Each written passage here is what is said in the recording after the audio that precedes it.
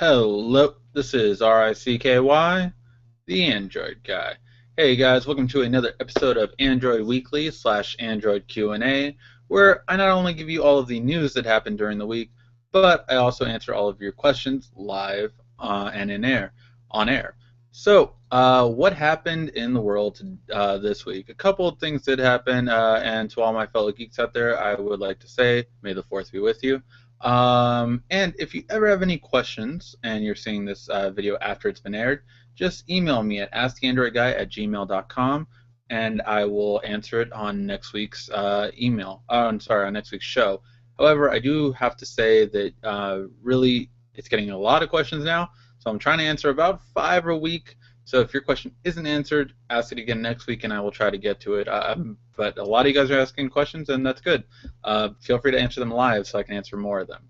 All right, so the first bit of news this week is going to be LG's announcement. That's right, the G3 is coming out. So LG has announced that May 27th will be their event for the G3. The interesting part more so is that the rumor is, or the speculation rather, is saying that we might also get the watch this day. This is what I would be more interested in. The G3, I don't like the way it looks so far that we've been seeing it. I just don't think it's that nice looking, should I say. I don't know. It doesn't appeal to me, at least. How does it appeal to you? Please answer in the comment section below. I'm curious, do you like the new look of the G3 for what's been leaked? Let me see if I can pull up a quick picture of it.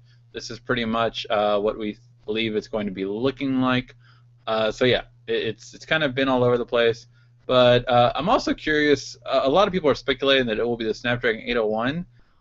As if I'm not mistaken, it should be the 805 because it was supposed to. The new processor was supposed to come out in June models, which since this is being announced May 27th, I believe it'll actually be the 805. So it'll be the fastest processor out to date. Just like last year, the G3 had the fastest processor again after the S4 came out. So LG does do a great job of kind of positioning their product after Samsung's launch in order to have a better processor than it. So will it be this way? I'm curious to find out. Samsung again comes up with a new camera. This one is pretty nice looking. I'm not gonna lie. I wouldn't mind rocking this. I have had both Galaxy camera as well as the S4 Zoom, and look, I take them every vacation I go on, and I always say vacations are when you should have a camera because guess what? That's when you're going to want Zoom, which you cannot get on any phone. I don't care what you say about the Lumia, it's still not the same as Zoom. Just because it's bigger and you zoom into it doesn't mean it's real optical zoom. Now, what is this device going to have? So it's going to have a what's called a hexa-core processor, essentially a separate quad-core and then a dual-core. So basically, the quad-core is going to handle all the heavy lifting, and then the dual-core is going to take it from there when you aren't using heavy-duty stuff. It's going to have 2 gigs of RAM and LTE, but the main thing is still going to be 8 gigs of storage. I wish Samsung would have upped this to 16, and it's just because I get it. You're mainly going to be using this as a camera, so your micro SD card is going to take over for everything important for your camera and photos and all that stuff and videos. But at the same time, if I actually want to use this as a Android device, 8 gigs is far too little. I'm going to be left with what, maybe 3 gigs to put apps on. It's just far too little. They really need to update to 16. 4.8-inch screen with 720 display, and this will be a 20 megapixel camera. Really good. Again, professional color with that CMOS color chip, so the color should be very nice. And it does have 1080p at 60 frames per second. One of my favorite features about the S5 and the Note 3. And this one does have optical image stabilization, so it will stabilize your images as you take them. So really nice. And as you can see here, just a really nice look to it. I really like the way this one looks. A lot thinner comparing to the past, the ones we've seen in the past. However, compared to the S5 itself, or sorry, no, actually this is the one. That's the HTC One. It looks like they were having it compared to. But yeah, I'm really interested in this. Are you guys interested in it? What do you guys think? What do you guys, how do you guys feel comparing to it? I don't know. I think it'll look pretty interesting. I think it's crazy that you can remove the battery still. I think that's very unique in how they're changing it. And this tells me that I might be able to change my front cover, which is awesome again. So I really like this. All right, and then Samsung has introduced a new series of headphones and speaker. Now, I showed you guys a photo a long time ago. Let me see if I can pull this up. On a leak we saw back in the day on Sam Mobile, and it revealed the prices for these devices. Now, I thought it was kind of interesting to see them, but I've been waiting for it. Although, the only thing that I will say is, and I'm kind of disappointed in the fact that it looks like only one of the headphones will be Bluetooth, and the other one are still going to be regular cable. I mean, I think if Samsung's trying to introduce the next gen of headphones, kind of lose the cables. I mean, that's just my opinion. I mean, look, I'll take it obviously if they want to give them to me. I have no problem with that whatsoever. But I don't know. I just kind of feel that you would think after all this time, it would kind of be just they would all be like that. So let's see. Let's try to do this.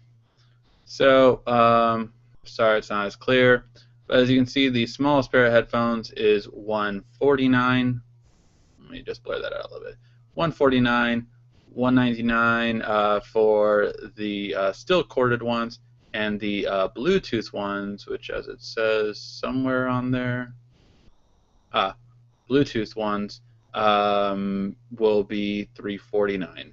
So we saw this a while back, and this is on Sam Mobile still if you wanted to check it out. But yes, it's kind of just I don't know. I don't want any more headphones with cords. I found that once I had my LG Tones, I really just kind of wanted it to be there. But as you can see, it's doing it by the Samsung level box, which I am in love with. Most of you guys have seen the video, and I will do a review soon. I just videos have gone really far behind because of my editor. He's getting his degree in school, so I can't complain. But this one is freaking awesome. It's $200. NFC compatibility, really ridiculously long battery life. Best speaker I've ever owned.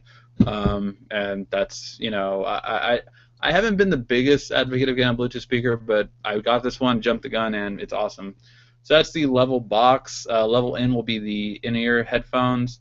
Level on will be the corded ones, which I think are these because they're the smaller ones up in the front. And then the level over will be the ones that are behind, and those are going to be, again, the ones that we will have Bluetooth on. So, yep. And then Android. Android grew over the past 3 months, whereas iOS is falling. So comparing to the 3-month difference or rate, you can say, since March. So keep in mind March, meaning that the S5 was not even released yet at this time. Android grew 8% in the US, whereas it dropped by 7% for iOS. So this is pretty big, simply because the US is the close. I mean, by far it exceeds every other one from what iOS has. And just to take a look, Great Britain is number 2. And they've grown, actually, because this is one level that Android's actually losing in, has lost market share in. And Windows is kicking butt in, too, I might add. Basically, Windows took what Android lost, essentially, which is impressive how big Windows is in Great Britain, and yet it's losing in most other places. In China, we see a huge drop in iOS as well, and this is after the big China mobile deal that Apple had, so it definitely has not helped. You've seen a decrease now that iPhones are more available in China. You still see a decrease compared to Android, which is now 80% of China. And that's because, from what the people that I've talked to that know that culture very well, it's all about the specs there, and Apple doesn't have it, so that's why it's dropped. And you can see it in other places, but again, the biggest. Oh no, actually Japan. Japan actually has the biggest Apple area. It seems like, and that's 57. Although you have to understand, people-wise, the U.S. will far exceed it, but obviously this is really impressive in terms of how much market share that Apple has gained. So Apple is continuing to grow in Japan, where Android is dropping.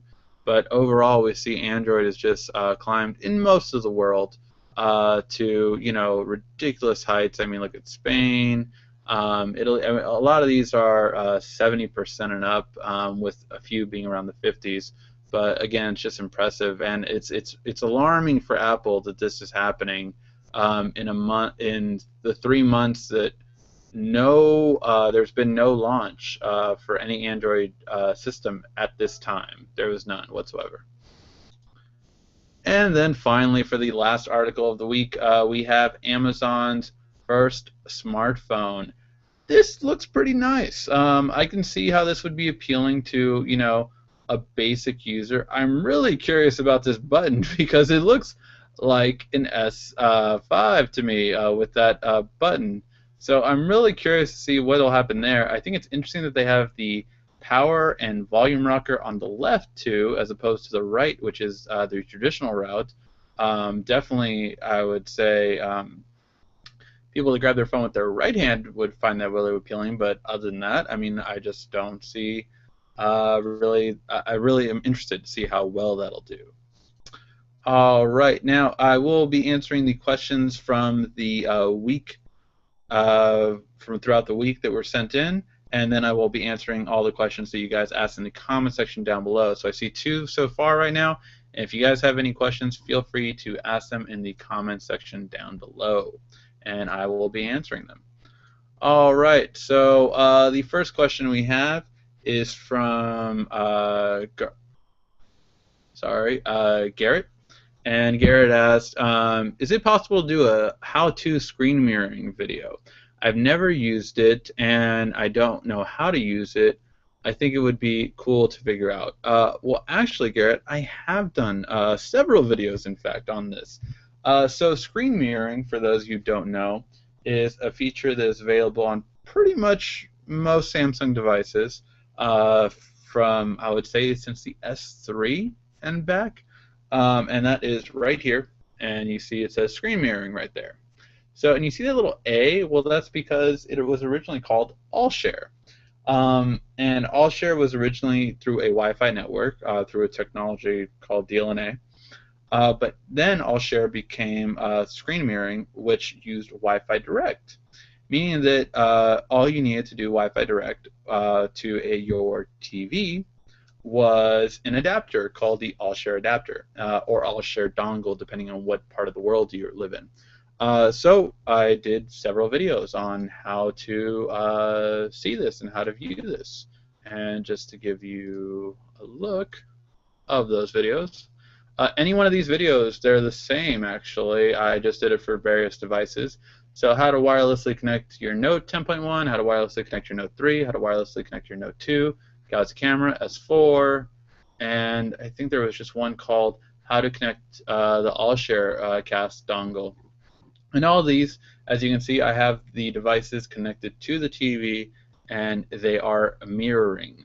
So yes, it would be a good idea to do it, and that's why I did it.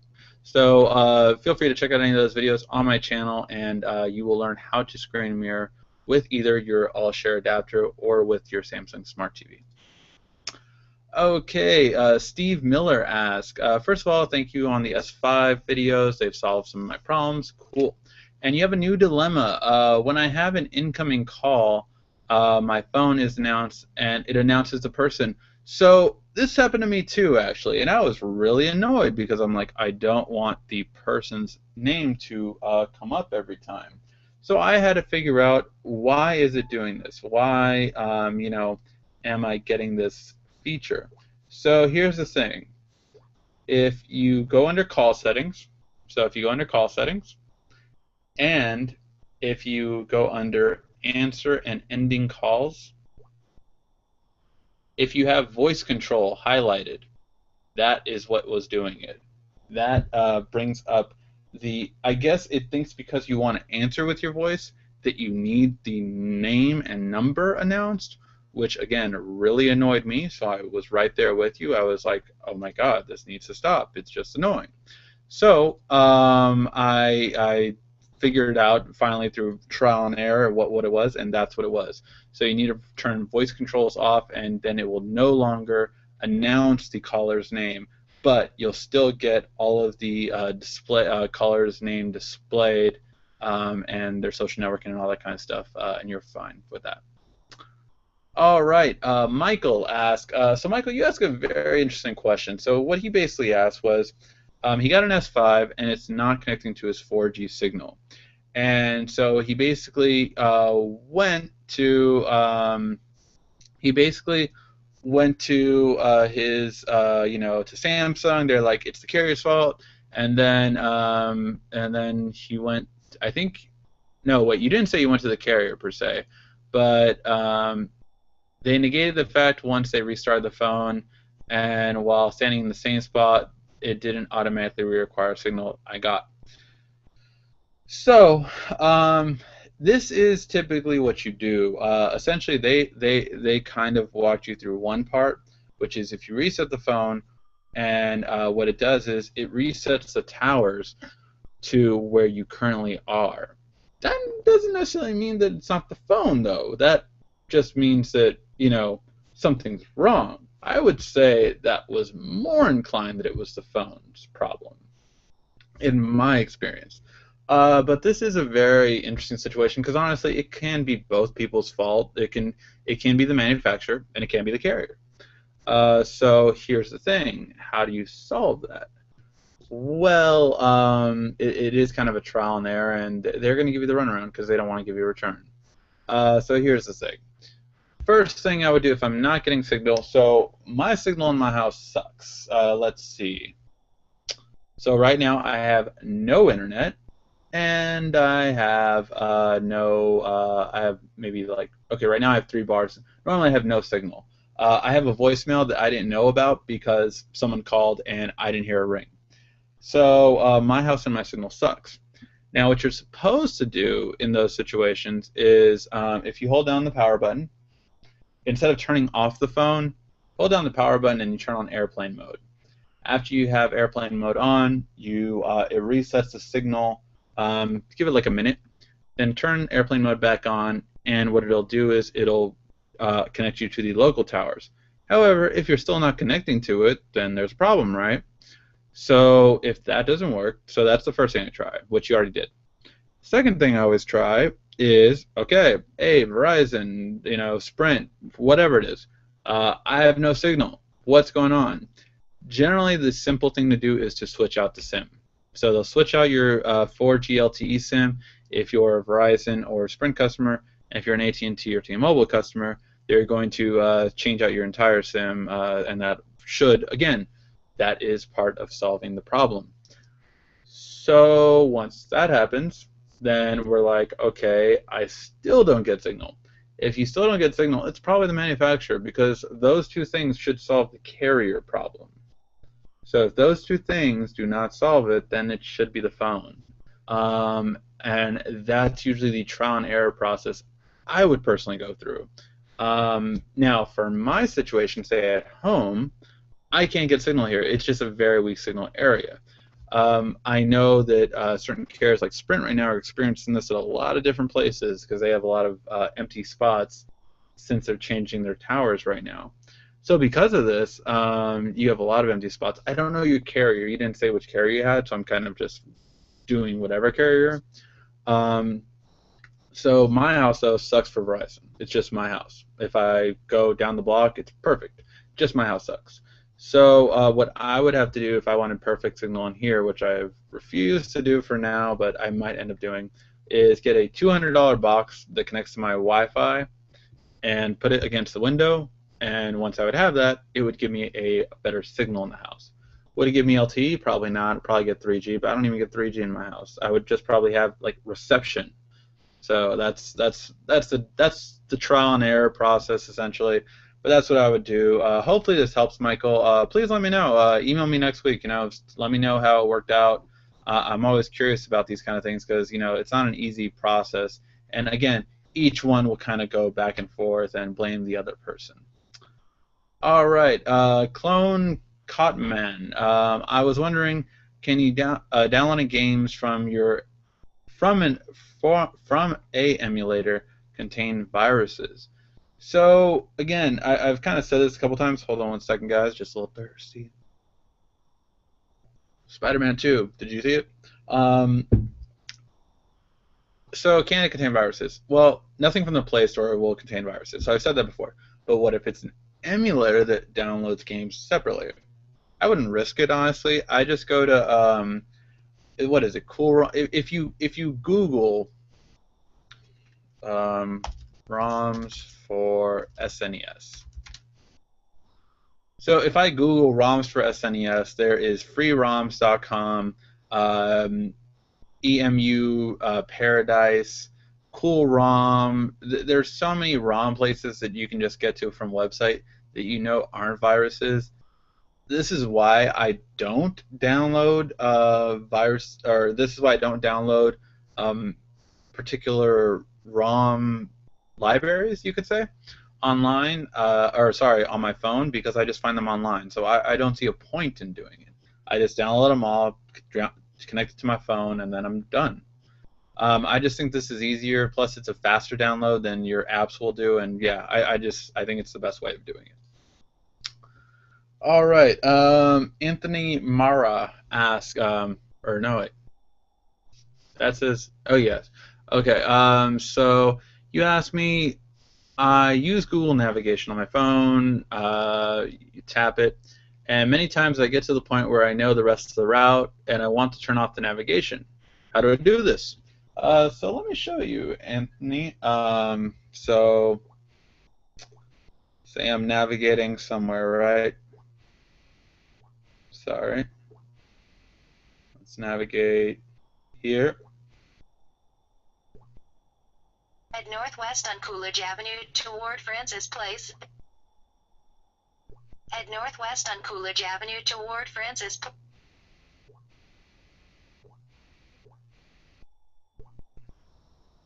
Okay. So say, just get a little. So say I'm traveling on here, right? Traveling on the 405, and I'm like, oh wait, I know where this is already. How do I stop this?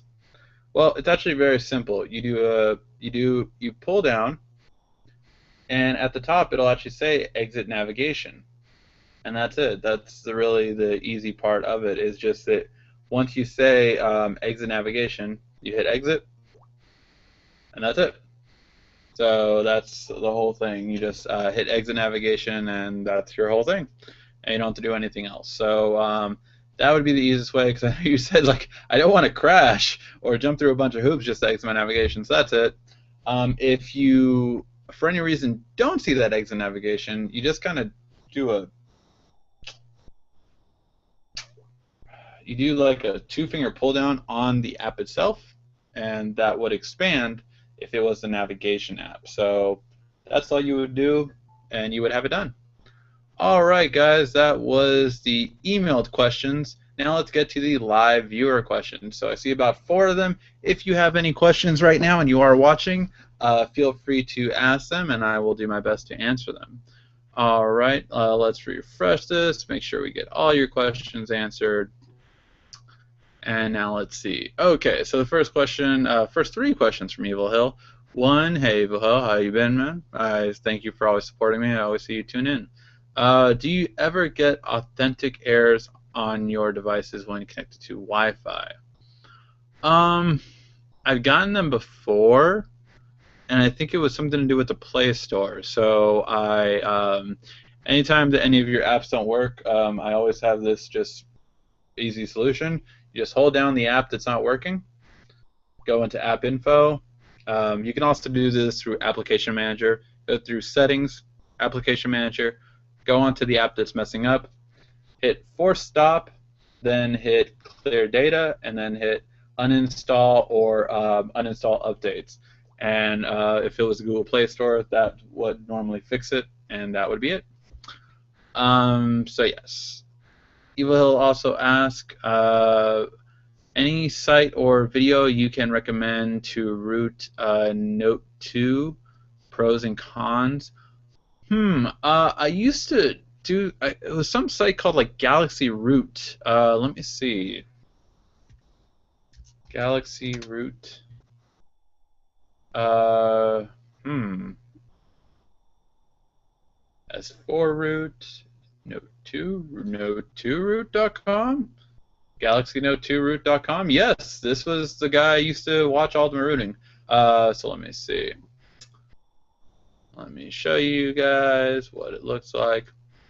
So this guy, I used to see for all my rooting. I really don't root anymore. I've been out of the game for so long. But this guy, he basically just writes. He basically like owns all the domains for like, Galaxy Note 3 root.com, Galaxy S5 root.com. He does that, and yeah, his videos are great. Highly recommended. That's what I used to use back in the day when I rooted. I just don't see the point in rooting anymore. And the pros and cons why I don't root anymore is because rooting is a never-ending thing. I always, once it updates, well, then I need to update the root, so I need to reformat it. And yes, I can back up using Helium or Titanium. No, Titanium, yeah. I can use either one of those, but it's such a pain to always restore and root in it. And I feel that that's something you always have to do once you start rooting, you don't stop rooting. And the main reason why I used to root was so that I can get a free hotspot. But with Foxfi, I do not have to worry about that. Foxfi does not work for Sprint or AT&T. Sorry, guys. It doesn't seem to work right now. I know that guy's been hard at work trying to fix everything. I mean, he is good. He really tries to fix all the problems that the carriers bring to him. All right, Kronos DB. Hey, Kronos. Asked, is HTC's front dual speakers trademark? I wonder if any other phones don't have front firing speakers. I know Apple and HTC have a patent agreement with use each other's. Does this have something to do with it? So no, they are not trademark. However, their boom sound technology is, if I'm not mistaken. But the dual front speakers are not trademark. I've been doing this for a long time, so if you actually see on my YouTube channel, the Galaxy Player from Samsung had front speakers, had stereo front speakers. Why they never brought to the phones? That's a good question. But yeah, other devices had front speakers before HTC, so they couldn't trademark it. Plus, feature phones had it. Feature phones had front speakers before HTC. My LG Voyager, I think, had front speakers. So yeah, devices had front speakers before. It's just that HTC is the only smartphone to do it. But I think that's not true anymore either. I think this. Correct me if I'm wrong, guys. If you guys know off the top of your head, the Sony Z2 actually has front speakers now, if I'm not mistaken. Actually, I will look that up because I don't want to give you guys wrong information. But I think I'm so positive they have front speakers. Yes, so the Sony Z2 does have front speakers as well. So yeah, already other smartphones have it. Apple and HTC do have a patent agreement to use each other's patents, but let's be honest, HTC is the one using all the patents. Apple has not needed to use any HTC patents. It's sad, but it's true. They haven't needed to use any HTC patents. The HTC knows copying them on everything from like the camera setup that Apple did with their tone correction or whatever, which isn't that impressive in my experience when I've used it on both Apple and the HTC. But yeah, so no, there's no patent that Apple has used yet for HTC, and HTC does not have the front dual speakers trademark. And we've already seen now another cell phone manufacturer, be it not a big cell phone manufacturer. Sony still has ways to go before they become in the front. Although I will say this, Sony does have one of the greatest potentials to be a front runner. So yes. What case am I using? Case is actually pretty damn cool. So it's a really nice case. It allows me to keep cards in the back, and it allows it's a nice like leather kind of finish, nice and durable too. When I take this case off, the only sucky part is when I take this case off. I'm actually using this case before the video comes up, which is funny. Again, my editor has been, he's graduating, so a lot of late videos right now. But yes, I do have a video coming with this case. It's a new case that I got. So you can see it has a pocket for it right there. Nice, durable inside. But the cool thing about it is this part right here. So what this does is it turns the rear speaker of the Galaxy S5 into a front speaker. And it does actually sound pretty good. I have a demo of it off and on in the video that you guys will see. It should hopefully come out this week. I'm hoping, guys. Yeah, been a whole bunch of stuff with that, but really a lot of videos coming up. I got the new Tab 4s too that you'll be seeing videos on. 7-inch and 8-inch so far, and yeah, I'm trying to. I told you guys I would try to do as many videos as I can for you, so hopefully they keep coming. But yeah, this case, I want to say it was $39. But yeah, I've really enjoyed it so far. I got a couple of different ones. I even got the Spigen one. Let me see if I can show you guys that actually. Yep. So I got the Spigen one too, which I loved for my Note 3. Very nice texture on this one, guys. I love it. It makes the S5 look really nice from the back. Just this gold finish. I got all kinds of stuff. I got the metal frame S5, so I got that too for those of you like metal. So yeah, all kinds of stuff I got going on around here. That videos coming soon. But lots of fun stuff for you guys that I've been trying to come up with and trying to see what I can do for you guys. Alright, it looks like that is the end of the questions. Oh, you're doing a good job so far, bro. Thank you. I appreciate that, Benjamin. Really just trying to do as much as I can for you guys, and yeah, just trying to keep doing videos that you guys want to see. I'm working on the side-by-side comparisons are coming. I have one coming from the S5 to the S4, S5 to Note 3, S5 and HTC One, because these are the two big ones that everyone wants to see.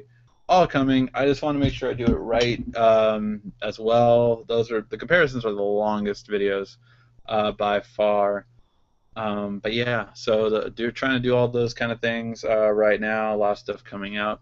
But anything else you guys want to see, leave in the comment section down below. I'm always trying to get your feedback on what videos you guys want to see, and those videos are the ones I'll do. Alright guys, we'll wrap that up and call it a show. If you guys ever have any other questions, please feel free to email me at asktheandroidguy@gmail.com. And if you have any other questions or comments, always feel free to ask them in the comment section as well.